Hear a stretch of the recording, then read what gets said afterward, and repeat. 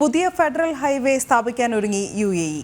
ഓരോ എമിറേറ്റിലേക്കും തിരിച്ചുമുള്ള ഗതാഗതം സുഗമമാക്കുന്നതിന്റെ ഭാഗമായാണ് പദ്ധതി നടപ്പിലാക്കുന്നത്. പുതിയ പാത നിലവിൽ വന്നാൽ എമിറേറ്റുകൾ തമ്മിലുള്ള യാത്രാ ദൈർഘ്യവും കുറയും.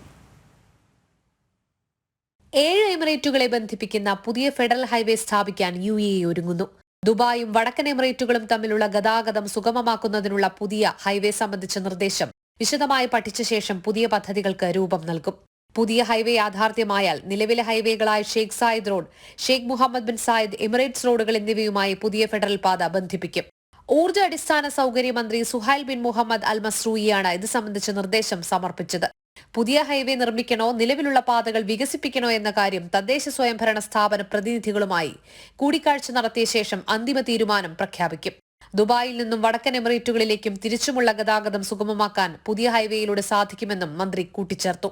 മണിക്കൂറിൽ കടന്നുപോകുന്ന വാഹനങ്ങളുടെ എണ്ണവും ഗതാഗത തിരക്കിനുള്ള കാരണവും നിർമ്മിത ബുദ്ധിയുടെ സഹായത്തോടെ 24 മണിക്കൂറും നിരീക്ഷിക്കും. ഇതുമായി ബന്ധപ്പെട്ട പഠന റിപ്പോർട്ട് ജൂണോടെ സമർപ്പിക്കും.